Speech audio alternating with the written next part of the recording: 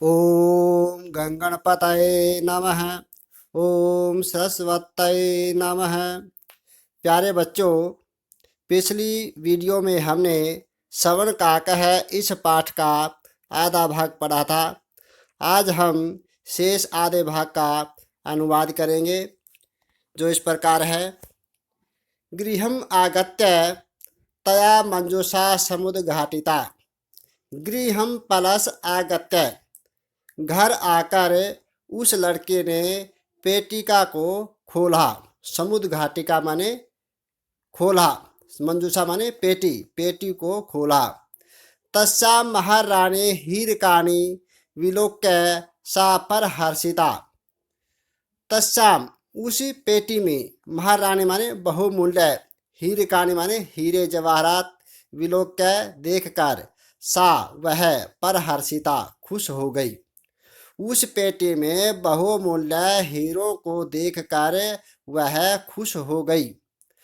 तद धनिका च संजाता। तत् प्लस दिनात प्लस धनिका च संजाता। तत् दिनात उस दिन से, धनिका संजाता वह धनी हो गई, अमीर हो गई। तस्मिन् एव ग्रामे एका अपरा लुब्धा वृद्धा न्यवसत्। तस्मिन् प्लस एव उसी, ग्रामे माने गांव में, एका एक, अपरा दूसरी, लुब्धा वृद्धा लोभी बुढ़िया, न्यवसत रहती थी। उसी गांव में एक दूसरी लोभी बुढ़िया रहती थी।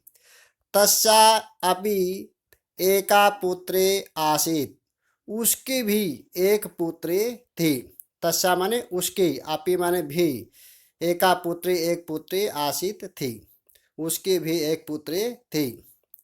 ईर्ष्या सा तस्य श्रवणकाकस्य रहस्यं ज्ञातवती। ईर्ष्या के कारण उसने उस स्वर्णिम कौवे के रहस्य को जान लिया। श्रवणकाकस्य माने स्वर्णिम कौवे के, सोने के कौवे के, रहस्य माने रहस्य को, ज्ञातवते जान लिया। ईर्ष्या, यहाँ पर ईर्ष्या शब्द है और तृतीय विभक्ति का एक वचन में ईर्ष्या बन गया। सूर्यातपे तंडुलान निक्षिप्य तयापे सवसुता रक्षार्थम नियुक्ता। सूर्यातपे, सूर्य के धूप में, तंडुलन चावलों को, निक्षिप्य रखकर, तयापे उसने भी, तया प्लस अपि उसने भी, अपि माने भी, तया माने उसने, उसने भी, सवसुता रक्षार्थम नियुक्ता, अपनी पुत्री को रक्षा के लिए नियुक्त किया। सूर्य के धूप में चावलों को रखकर उसने भी अपनी पुत्री को रक्षा के लिए नियुक्त किया। तथैव श्रवण पक्ष है काक है तंडुलान भक्षयान तामपि तत्रैव अकार्यत। तत्र प्लस एव प्लस अकार्यत। तथैव माने उसी प्रकार, श्रवण पक्ष है, काक है कि सोने के पंखों वाले कौवे ने चावलों को खाते हुए, ताम अपे उसको भी, ताम प्लस अपे उसको भी, तत्रैव अकार्यत उसी प्रकार पुकारा। तत्र एव अकार्यत, तत्र माने वहीं पर, एव माने ही, वहीं पर, अकार्यत बुलाया। प्रातः प्लस तत्तर, प्रातः के विसर्ग हो जाएंगे, प्रातः प्लस तत्तर। प्रातः वहाँ, तत्तर वहाँ, गत्वा जाकर, सा काकाम निर्भत्सयन्ति प्रावोचत, प्र प्लस अवोचत। प्रातः काल वहाँ जाकर उस लड़के ने कौवे को, निर्भत्सयन्ति कौवे की निंदा करते हुए कहा। निर्भत्सयन्ति माने निंदा करते हुए, प्रावोचत कहा या बोली, कि कौवे की निंदा करते हुए बोली। भो नीच का कहे, अरे नीच कौवे, अहम आगता, मैं आ गई। मह्यम तंडुल मूल्यम प्रयच्छ, मुझे चावलों का मूल्य दो। मह्यम मध्यम ये अस्मद शब्द का चतुर्थी विभक्ति का एक वचन है। और पर्यच्छ यहाँ पर दा धातु है। दा धातु का प्रयोग जब किया जाता है और जिसको जो कुछ दी जाती है चीज, उसमें चतुर्थी विभक्ति का प्रयोग होता है। काको ब्रवीत, काकः प्लस अब्रवीत, कौवा बोला। अहम तवत् कृते सोपानम अवतारयामि, मैं तुम्हारे लिए सीढ़ी उतारता हूँ। तत्कथय श्रवणमयम रजतमयम ताम्रमयम, तो कहो आपको सोने की सीढ़ी चाहिए या चांदी की या तांबे की, तो बताओ। गर्वितया बालिकया प्रोक्तम, अहंकार से बालिका बोली, अहंकार के द्वारा। गर्वितया यहाँ पर तृतीय विभक्ति का एक वचन है कि अहंकार से बालिका बोली। श्रवणमयेन सोपानेन अहम आगच्छामि, श्रवणमयेन तृतीय विभक्ति है। सोपानेन यहाँ पर भी तृतीय विभक्ति का एक वचन है कि मैं सोने के सीढ़ी के द्वारा, अहम आगच्छामि मैं आती हूँ।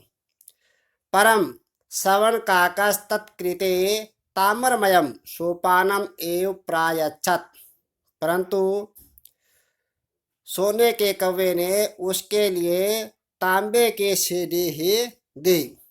श्रवण काकस्ताम भोजनमपि ताम्रभाजने एव अकारयत्, सोने के कौवे ने उसको भोजन भी तांबे के बर्तन में ही करवाया। अकार्यत माने करवाया, ताम्र भाजने माने तांबे के बर्तन में, एव माने ही, तांबे के बर्तन में ही करवाया। सोने के कौवे ने उसको भोजन भी तांबे के बर्तन में ही करवाया।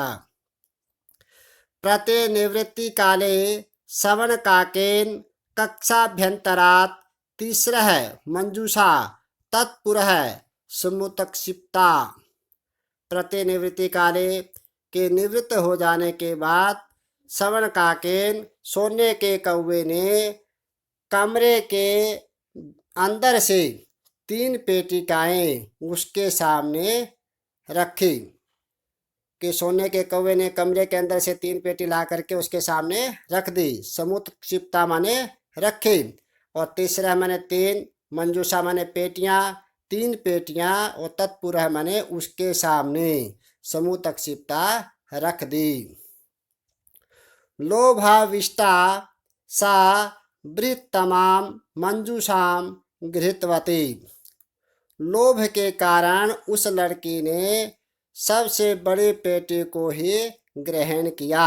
गृहीतवती माने ग्रहण किया, मंजूषा माने पेटी को, बृहत्तमा माने सबसे बड़ी पेटी को। गृहम् आगत्य सा तर्षिता यावत् मंजूषाम् उद्घाटयति, मंजूषां पलश उद्घाटयति, तावत् तस्यां भीषणः कृष्णसर्पो विलोकितः। गृहम् पलश आगत्य, घर आकर के, उसने, सा माने उसने, तर्षिता माने उत्सुकता पूर्वक, यावत् जब पेटी को खोला, खोलती है। मंजूषा माने पेटी को, उद्घाटयति माने खोलती है। घर आकर वह उत्सुकता पूर्वक जब पेटी को खोलती है, तावत् तस्यां भीषणः कृष्ण सर्पो विलोकितः, तब उसमें एक भयानक काला सांप दिखाई देता है। विलोकित माने दिखाई देता है। लुब्धया विलोकित है, यहाँ पर वे उपसर्ग है और लोक धातु है, यहाँ पर कतः प्रत्यय हो जाता है। कृष्ण सर्पो, कृष्ण सर्प है, काला सांप। यहाँ पर जो सर्प है ये विशेष्य है और कृष्ण ये विशेषण है, तो यहाँ पर विशेष्य विशेषण भाव संबंध है। ये कई बार पेपर में पूछा जाता है कि इसमें कृष्ण सर्पो, इसमें विशेषण कौन सा है और विशेष्य कौन सा है। तो यहाँ पर कृष्ण जो है ये विशेषण है, सर्प ये है विशेष्य। लुब्धया बालिकया लोभस्य फलम प्राप्तम, लोभी बालिका ने लोभ का फल प्राप्त कर लिया। बालिकया ये तृतीया का एक वचन है। लुब्धया लुब्धा शब्द का ये भी तृतीया का एक वचन है।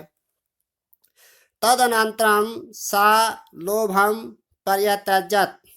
उस दिन के बाद उसने लोभ को छोड़ दिया। पर्यत्यजत परि प्लस अत्यजत ये लंग लकार का प्रथम पुरुष का एक वचन है। परि प्लस अत्यजत तो पर्यत्यजत छोड़ दिया। उस दिन के बाद उसने लोभ को छोड़ दिया। प्यारे बच्चों, हमें कभी भी लोभ नहीं करना चाहिए। हमें हमेशा ईमानदार रहना चाहिए। बेईमानी कभी भी नहीं करनी चाहिए। ईमानदारी करने से हमें ईमानदारी का फल अवश्य मिलता है। जैसे इस ईमानदार लड़के ने ईमानदारी दिखाई तो वह सोने की सीढ़ी के द्वारा महल पे गई। सोने के बर्तनों में ही उसने खाना खाया और फिर उसने हीरे मोतियों से भरी हुई पेटी प्राप्त हुई। तो इस प्रकार यहाँ पर यह ईमानदारी का फल उसको प्राप्त हुआ। वो जो बेईमान लड़के थे उसने वहाँ पर सोने की सीढ़ी के स्थान पर उसने तांबे की सीढ़ी प्राप्त हुई। वो तांबे के बर्तनों में ही उसको भोजन मिला और वहाँ पर हीरे जवाहरात की जगह उसने एक भयंकर काला सांप प्राप्त हुआ। इसलिए प्यारे बच्चों, हमें कभी भी बेईमानी नहीं करनी चाहिए, लोभ नहीं करना चाहिए। हमेशा ईमानदार रहना चाहिए, ईमानदारी दिखानी चाहिए। जयतु भारती जयतु संस्कृतम्।